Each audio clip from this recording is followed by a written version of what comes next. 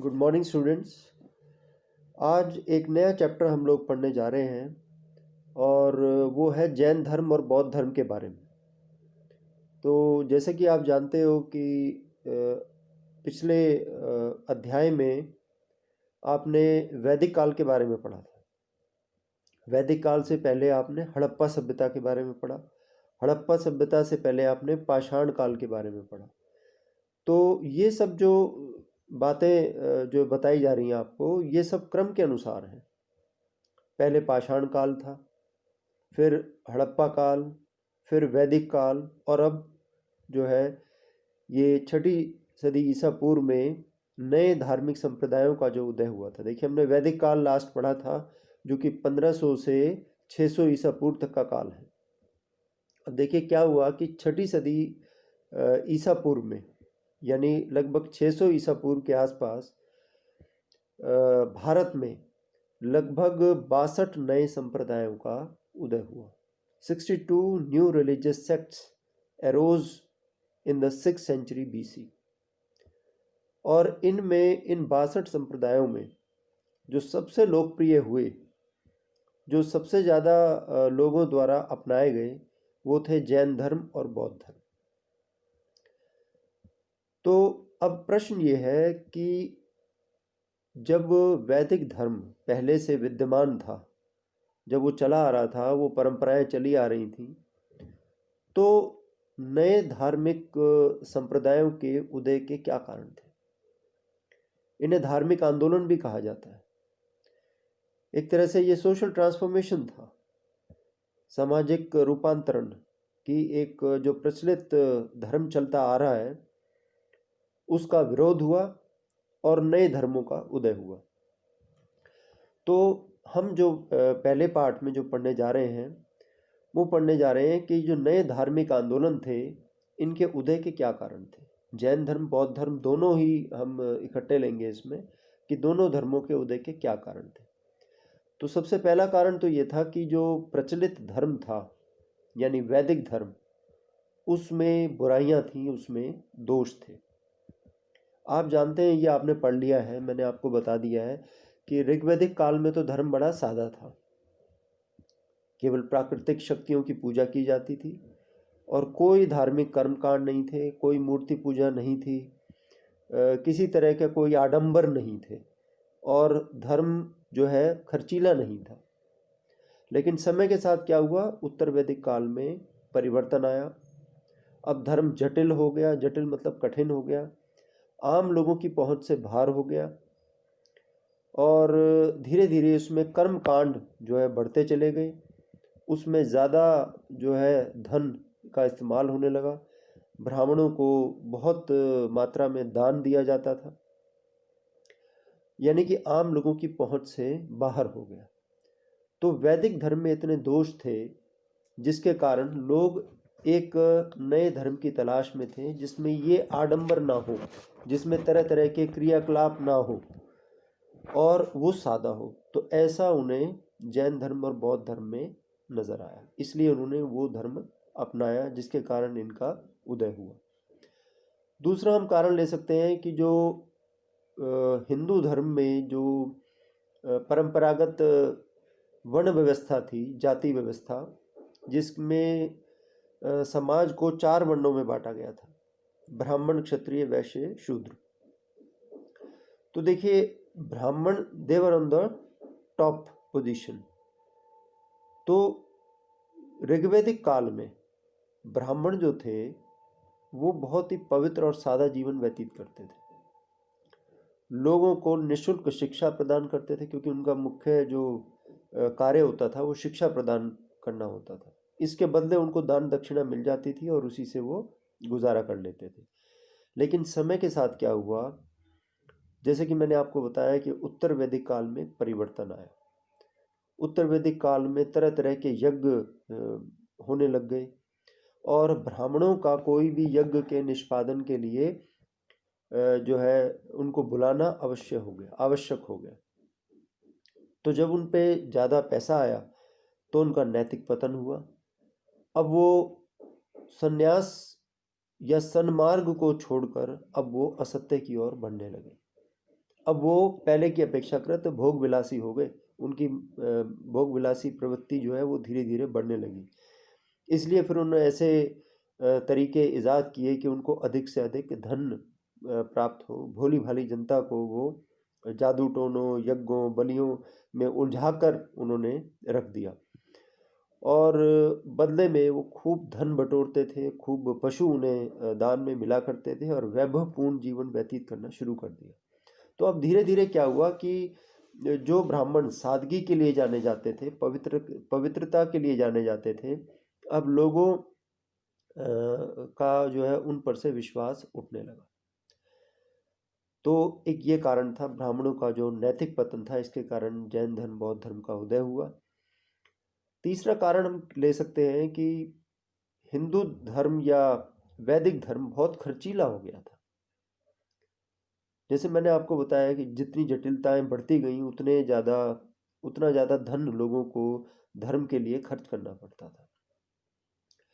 अब यज्ञ का महत्व बहुत ज़्यादा बढ़ गया। जैसे आप देखते हैं कि राजसूय यज्ञ, वाजपेय यज्ञ और अश्वमेध यज्ञ, इसमें जो पुरोहित होते थे ये मन माने जो है ना राशि वसूलते थे, और इनको बहुत अधिक संख्या में पशु दान में दिए जाते थे। इसके अलावा पशुओं की बलि भी दी जाती थी। तो जनता जो थी, जन साधारण, जो एक ऐसे धर्म की तलाश में थे जो कि सस्ता हो और जो सरल हो और आडंबरहीन हो। फिर आप ये देखिए कि इस वैदिक धर्म में मंत्र और देवों में विश्वास जो है प्रकट किया गया था। तो वैदिक धर्म का कालांतर में जो शुद्ध रूप था ना, अब वो समाप्त हो गया।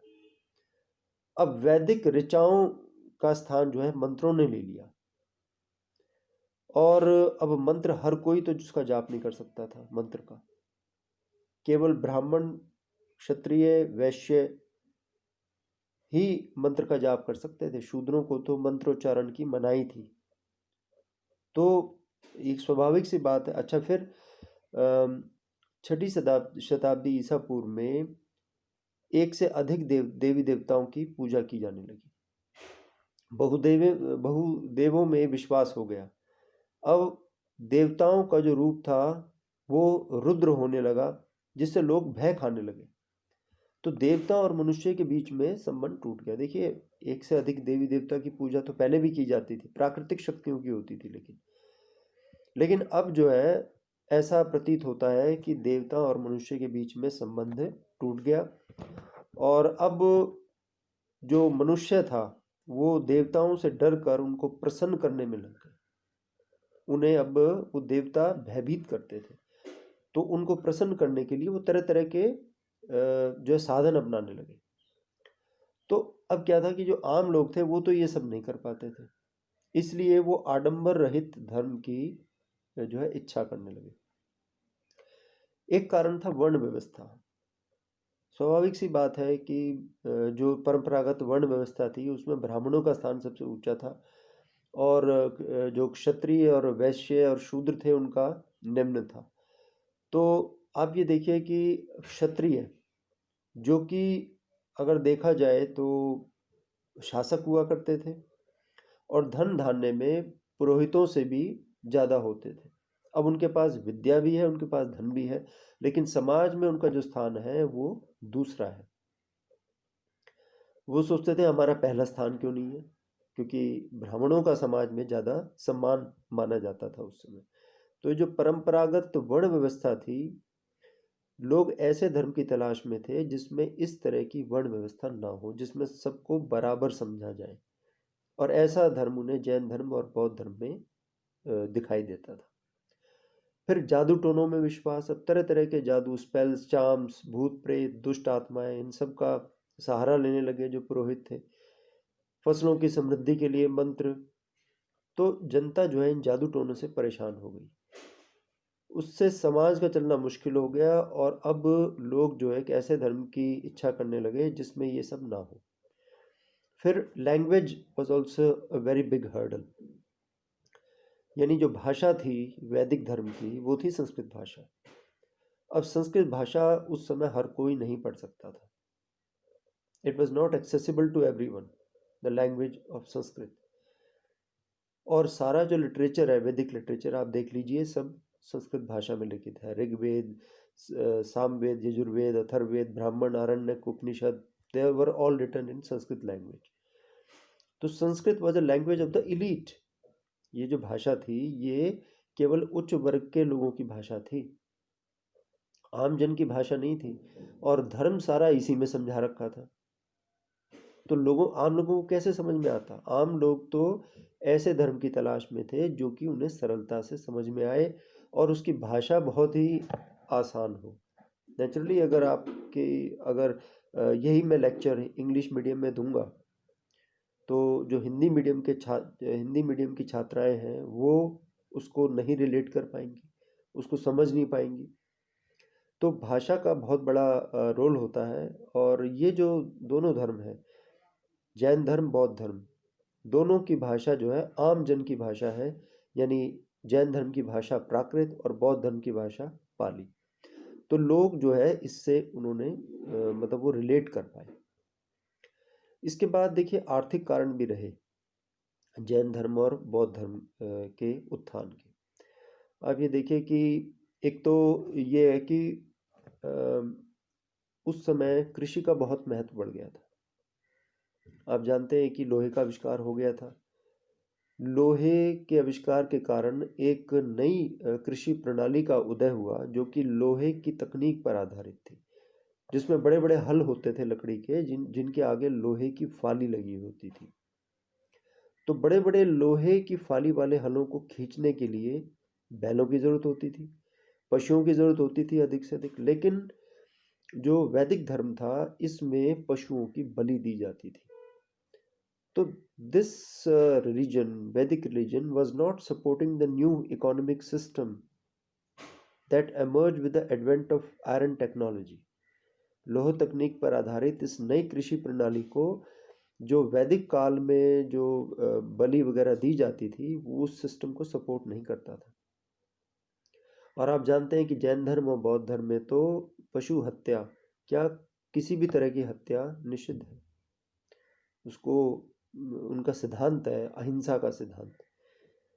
तो इस नई अर्थव्यवस्था के लिए खासकर जो कृषि जो कार्य करते थे वो वैश्य संप्रदाय के लोग होते थे, ठीक है। और वैश्य संप्रदाय के लोगों ने से सबसे ज़्यादा अपनाया। आप आज भी देख लो, आप जो जैन धर्म के जो लोग हैं, जैनी जो हैं, वो पहले तो आजकल तो व्यापार करते हैं, पहले वो मुख्यतः कृषक होते थे, खेती किया करते थे। लेकिन धीरे धीरे खेती फिर शूद्रों ने शुरू कर दी थी। तो वैश्य कम्युनिटी ने सबसे ज़्यादा इसको सपोर्ट किया। तो ये आर्थिक कारण थे। और वैसे भी देखिए इसमें बहुत ज़्यादा खर्चा होता था, पानी की तरह उसमें धन बहाया जाता था। जनसाधारण इस तरह के यज्ञ करवाने का साहस भी नहीं कर सकते थे, ठीक है। तो इसके कारण जैन धर्म और बौद्ध धर्म का उदय हुआ। फिर आप ये देखिए कि राजनीतिक एकता का अभाव था। छठी सदी ईसा पूर्व में जो राजनीतिक स्थिति थी वो बहुत दयनीय थी। उस समय भारत 16 महाजनपदों में बटा हुआ था। वो 16 महाजनपदों का मैप भी मैंने आपके पास भेजा था, बाकी मैं आपके पास वीडियो भी भेजूंगा उसका। और ऐसे में क्या होता था राजनीतिक एकता के अभाव में कि एक राज्य की दूसरे राज्य से नहीं बनती थी। प्रत्येक शक्तिशाली राज्य जो छोटा राज्य होता था उसको उस पर कब्जा करना चाहता था। और बिंबिसार और अजातशत्रु जैसे जो शासक थे जो छठी शताब्दी ईसा पूर्व में हुए, उन्होंने राज्यों को अत्यधिक विशालता प्रदान की। और ये जो दोनों शासक थे, इन दोनों शासकों ने ब्राह्मणों के प्रभाव को नकार दिया। इसके अलावा उन्होंने ब्राह्मणवाद के खिलाफ भी आवाज़ उठाई। और ऐसी स्थिति में जैन धर्म और बौद्ध धर्म का जो मार्ग था वो फिर आगे सरल हो गया। यहाँ तक कि बिंबिसार और अजातशत्रु इन दोनों शासकों ने, ये जैन धर्म के अनुयायी भी थे और बौद्ध धर्म के अनुयायी भी थे, दोनों धर्मों को मानते थे। और आखिरी कारण हम ले सकते हैं कि छठी शताब्दी ईसा पूर्व में महापुरुषों का जन्म हुआ, जैसे महात्मा बुद्ध और महावीर जैन। इन्होंने अपनी शिक्षाओं के प्रसार के माध्यम से, अपने व्यक्तित्व से लोगों को इतना प्रभावित किया कि लोग इन धर्मों के प्रति जो है खिंचते चले गए, उनकी आस्था बन गई। तो ये जैन धर्म और बौद्ध धर्म के उत्थान के कारण। क्वेश्चन ऐसे आ सकता है कि छठी सदी ईसा पूर्व में नए धार्मिक आंदोलनों के उदय के क्या कारण थे, या जैन धर्म और बौद्ध धर्म के उत्थान के क्या कारण थे। बाकी फिर हम अगली क्लास में पढ़ेंगे। Thank you.